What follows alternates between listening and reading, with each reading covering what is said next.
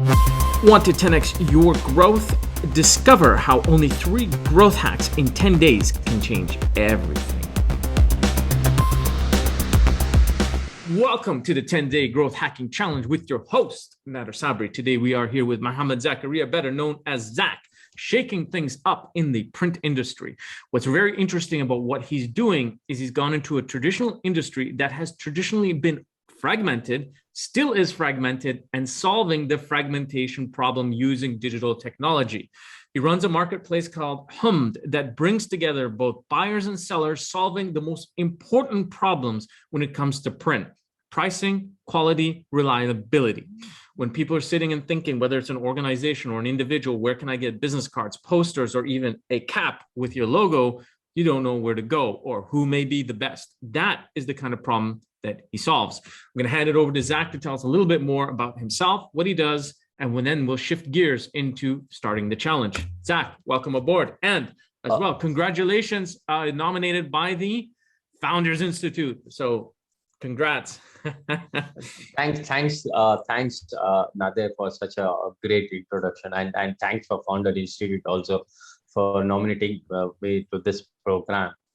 Basically, just to give you an introduction about myself, this is my second venture. Now, my entrepreneur journey has started 16 years back when I was almost 17 years, where I got into a business of embroidery business. From computerized embroidery, then I added to printing a business in the same journey of being at Bangalore in India. So during my printing, I have been traveled to a lot of places. I have trained under a lot of organizations like SGI, Virginia, and Anazet from Los Angeles, and from Singapore, Toshima, and from Japanese company called Tajima. So I have acquired a lot of knowledges and traveled a lot of places where I learned how exactly the whole customization industry works. Because for someone like a startup or a corporate, identity is very much important. And how do you brand yourself? That is where the whole printing comes into the picture. So this I realized very early stage itself. Then I launched my own startup called Inkmar in India. Now this startup, being a Bangalore based, now it runs its operation in 6 different cities like Mumbai, Hyderabad, Pune, and Kolkata. Now there's a team who's operating on completely Inkmar. Now my whole focus is on being into a completely Middle East market, where I have launched this Hum marketplace. Now the reason being, I actually personally I wanted to expand Inkmar to Middle East. So when I came to Middle East, I saw huge challenges over here. There were a lot of print companies like us who were struggling due to COVID. Their businesses were affected. Now they didn't had a business, though they had their offline presence and having a so what I realized was, for these startups or corporate, for any entity, now it could be a private, it could be government, identity or branding becomes very much important. Now that's where the printing come into a picture. This is what I realized at very early stage. Now, for that, I launched a brand called Inkmar in Bangalore. Now, which it runs in multiple cities, almost 6 cities now. I'm part of out of that operations. Now, I wanted to expand Inkmar to Middle East market, but when I came during my COVID times, I understood there were printing companies who had a real skills, who had the machineries, but they were struggling to do the sales because COVID had a completely, change the whole demographic, or the change the way people consume shopping experiences. From offline, people has switched to online, and they were companies who were online presence. They made marvelous sales.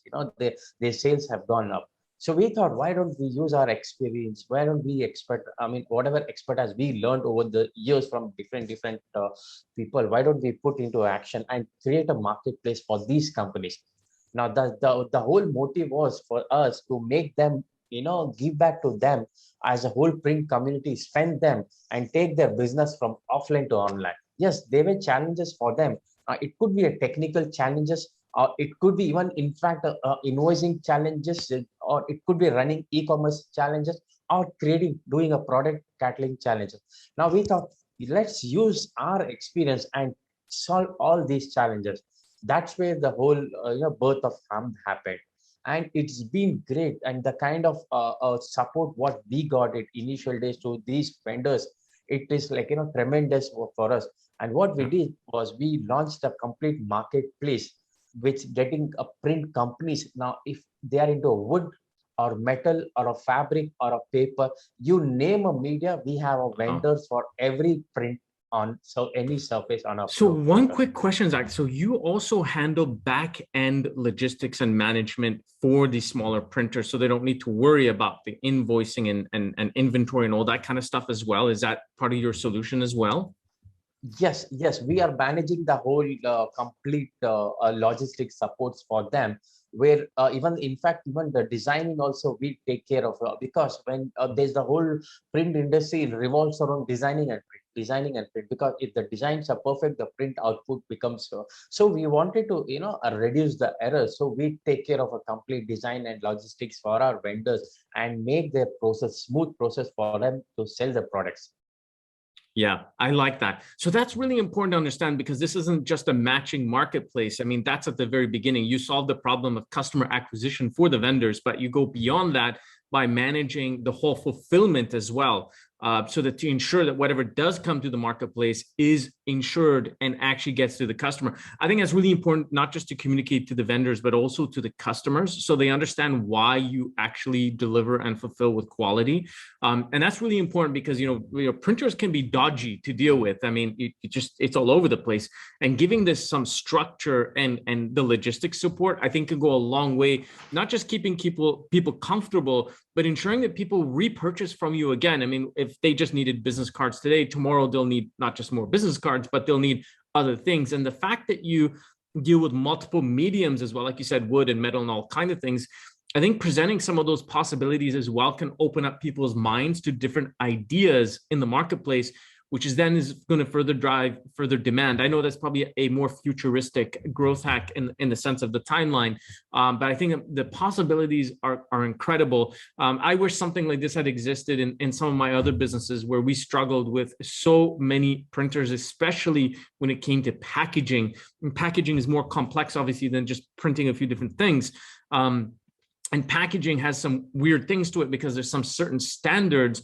If they're not met properly, the whole print that would be done would just be a complete waste. And so knowing who to work with and getting the pricing right as well. It's funny enough, we discovered at one point it was a lot cheaper, faster, and easier for us to import packaging materials and packaging it ourselves than it was to actually procure it locally. And we weren't the only ones that discovered this. So I think that there's maybe some problems that you may be able to solve as well for some of the local vendors when it comes to scales of economy. But that's a future thing.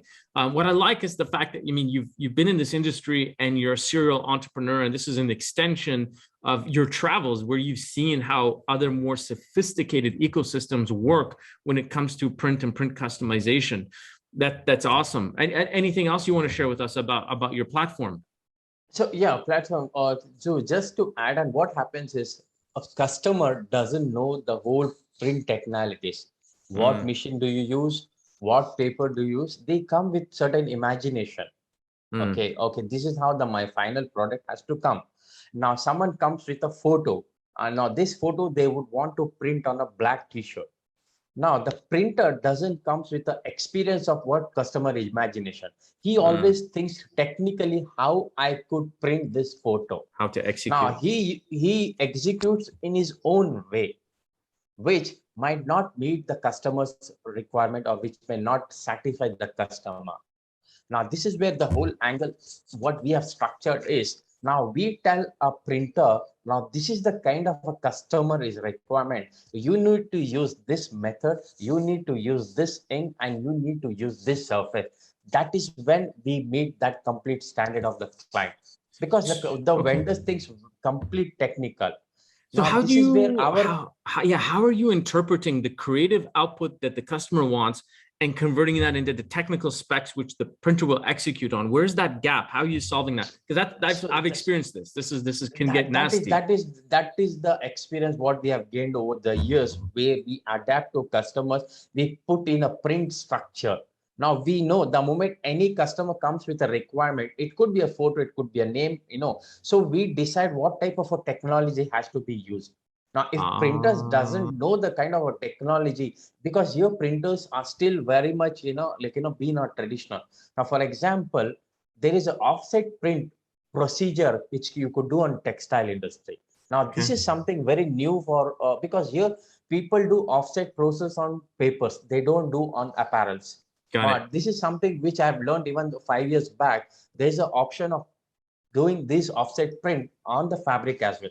Now, this is where we use our skills, we are experiencing and telling that this is the process, this is the kind of inks you use. So we're trying to educate even the vendors and making them start meeting the kind of a requirement what customer comes. So we are building the whole strong bridge between the Yeah. vendors and between the customers and making sure that there is a strong Yeah, bond I mean, happens. you're solving so many little micro problems along the way. I think it needs to be communicated in a much clearer way on your platform because ultimately, as you said, the customer doesn't think about the technical. It's just like, I just want this, right? And the printer just thinks, well, I'm just going to execute this, and there's a gap because again, like I said, I've experienced this myself, and that can be horrendous. The amount of money that can just drop. I mean, we had once a color issue, like we would use a Pantone code and the Pantone Yes. code for whatever weird reason was misinterpreted, and so this So, whole so, print, so boom, lost. to stop you. Why? Because now these printers, any printers, they use CMYK commands. Now, printer wouldn't have known when he would have got a file, the client would have given a RGB files. So Mm, what happens when you convert, automatically machine converts from RGB to CMYK and the whole color code is changed. And the customer is like, I didn't give this file.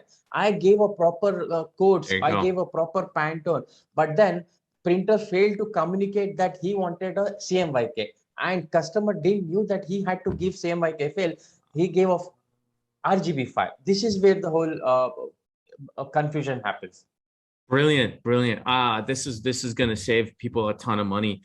I think once you can communicate that proposition to customers, especially larger businesses, where like one little mistake can cause thousands, even tens of thousands of dollars in loss, and how you prevent that loss, I think this is crucial, especially when we were talking about government procurement.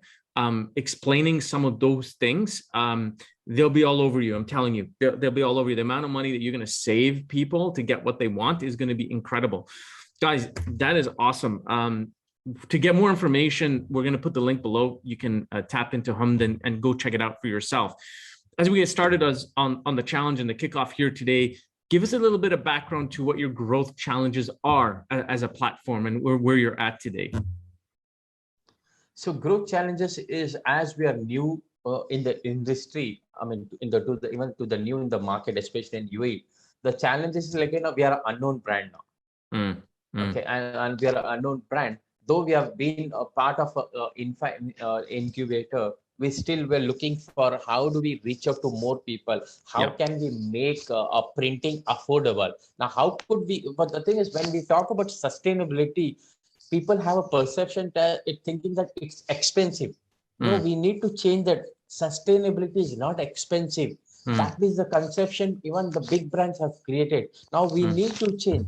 Everywhere you can do a branding. Along with the branding, you can give back something back to planet Earth. Now that is what we are whole element we focus on. Yes, we can do a whole sustainability. Now, if you are printing a business card, we can print in a sustainable way. We could use a eco-friendly paper, or we can use eco inks. We can do our own parts. Now, this is something important. And I think that's important also for the audience tuning in, that one of the advantages that Humd has is they do sustainable products as well as obviously the other normal products. And as Zach is pointing out, they don't have to be expensive. I didn't know that. I'm just learning that as you say that. So that is awesome. Sustainable and you have a few, not many, but they can do some amazing things. Is that correct? Yes, very much. And we want to keep on increasing because we attract a lot of customers. When we talk about sustainability, they want to go with sustainability. They never had this options. Now that we are giving options, now for example, now we have t-shirts which are made from recycled plastics. Now this is something when people get to know, they'll be like, oh wow, can we have them and can we have our own logo with us? Because they want to represent their own brand. in a And they're less sustainable way. costly, like they're not as costly as an just No, they are really. same. They're hardly 1 or 2% difference. Wow, you're kidding me. That's Yes. okay. That's a nice surprise. That's a very nice surprise.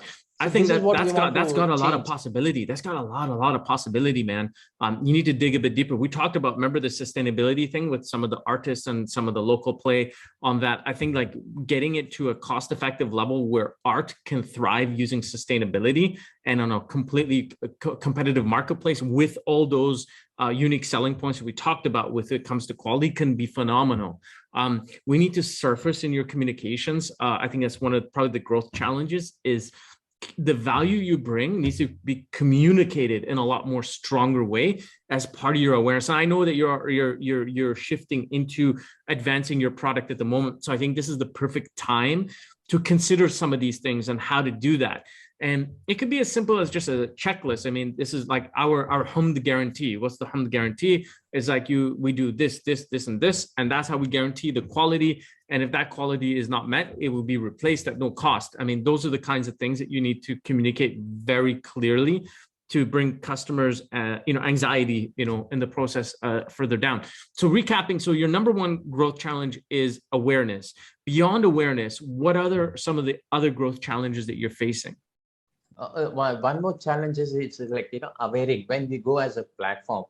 Now, these companies have been working in a very traditional way. They go stand in the queues, they wait for a long time, or some people order online, then they fail to get the right product. Now, for us, the challenge is to get those people who have been having the process of traditional sourcing. Now, to route them online is again a big challenge for us, because online means everyone thinks it's like, oh, maybe some people think it could be a scam. Okay, now when Yeah. you're offering such, like, sustainable product at a less price, now people would come up with, oh, it could be scam. What if you take our money, and what if you don't Yeah. deliver the products Yeah. on time? So that trust issue, that whole trust factor is something which makes others to come on board, or others to Well, I think order this it. will be resolved with awareness, because as people become more aware of your offering, they will start to trust it. Because, I mean, ultimately, how does somebody know sustainable or non-sustainable? You'll have to figure that out. Maybe there's a third party that can help you with that, maybe a certification of some kind. That potentially can help you with that. But I don't think that's a problem yet, because you just need that awareness in place. Because I think right after that will be then customer acquisition as the next challenge. Because once people become aware, then you need to basically increase the consumption of people using this platform in order to deal with all their printing needs all year round, rather than it just being a one-off. Because ultimately what you're after here, and ultimately I think that is true in this kind of business, is that a customer that walks in to print something once will print again. As their businesses grow and they need to print more of whatever it is need to print, so will your business. It will grow with them. I think you need to One hack, one more is, yeah. there are, like, for example, for us, there are two types of customer who comes in for the Yeah. print industry. Now, one customer, when we approach, he gives a answer telling that, no, we have a regular printer. We have been getting a print done from him. Now, that is a challenge. How do we get him to on our platform? That is a Yeah. one thing. Yeah. Now, the second challenging for us is, so the print industry is evolved around the whole events or situation based, where people realize maybe a last moment that they might need this thing. Now, these things where like they literally go, have, sit there and get the things done, because they don't trust, getting things online and Yeah. getting delivered on time. Yeah. So these were two types of customer we tend to meet on day-to-day basis. Yeah. Yeah. Yep. I think you can get past that in a very simple hack where they can procure the pricing and the specifications with you online, and you can provide a visit, a visit where they can look at proofing. I think that's what they call it, right? So you can have a proofing Yes. visit as part of your process, and once it's approved, then the whole transaction would then go through. So some of these things I think can easily be solved with different little growth hacks. Ultimately, remember we talked about segmenting the market between loyal and non-loyal. And ultimately what you're after is low friction, high impact, as we've always discussed. And going for non-loyal customers is what you want. And there's, fortunately for you, is that there's probably a lot of unloyal customers for you to penetrate. And it won't be long before loyal customers on the opposite end start to learn about the benefits you provide. They'll start to try you out. So going for loyal customers is probably not the best strategy. And there's a whole thing in my Growth Ninja school. We actually talk about this. This is actually part of how Starbucks growth hacked in the 90s, believe it or not, is actually exactly this. They knew loyal versus non-loyal coffee drinkers, and they pursued non-loyal coffee drinkers to introduce their brand and then turn them into loyal customers because it was faster, lower cost, and they would bring in other loyal customers who you wouldn't have been able to penetrate. Exact same playbook. So non-loyal is exactly who we're after. Awesome. So awareness acquisition and trust and customer loyalty and that sort of thing are some of the growth problems. So in the next 10 days, I mean, what are the 3 growth hacks that you plan to implement to make this happen, man? So yes. So like, I'm very much excited about this, the whole 10-day growth challenges, where the kind of hacks what we are looking for is more of acquiring customers from acquiring government projects, getting into completely into government sector, and yes, getting into more of business centers and work on a partnership or collaborations with terms like incubators and accelerations, and along with reaching out with certain special startup kits. This is what we've been kind of interested with growth hack for the next 10 days. Awesome. So just to recap, because what we've gone through, so you're going to create a startup kit, which is basically everything a company would need printed: business cards, mugs, yes, caps, posters, brochures, whatever it is, into a single printing kit, which is like a one-time package they can buy the volume needed at a low cost, low volume to get started. And you're going to start to channel it, right? And that's where the 3 growth hacks come into play, right? The different channels you'll implement, the foundation of this thing. Okay, cool.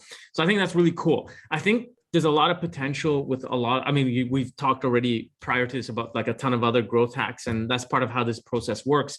And I think the foundation part is super crucial in the next 10 days to accurately get down and figure out as fast as possible so that we're able to implement it into different channels and understand how different channels operate. I think another thing that I thought about as well is we need to look into the food business. The food business goes through a lot high volume print, and we will need to see how the starter kits may not work there because they are not starting out, or maybe you could work with one starting in the business, but you've got pre-existing high level consumption of print, everything from obviously, like a pizza box to the actual menu and cards and all kinds of things. And so I think you want to tap into that channel, because I think that's a very high consumption channel.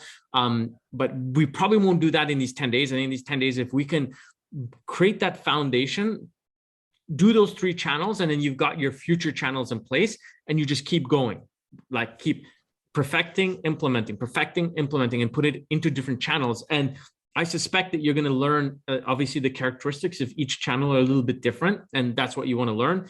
You're going to find different consumption patterns. So, food business versus startup accelerators versus, business centers are all going to operate completely differently. And you're going to learn that really quick, but you're going to be able to scale it because you understand where those patterns fit. So I think that's going to be exciting, man.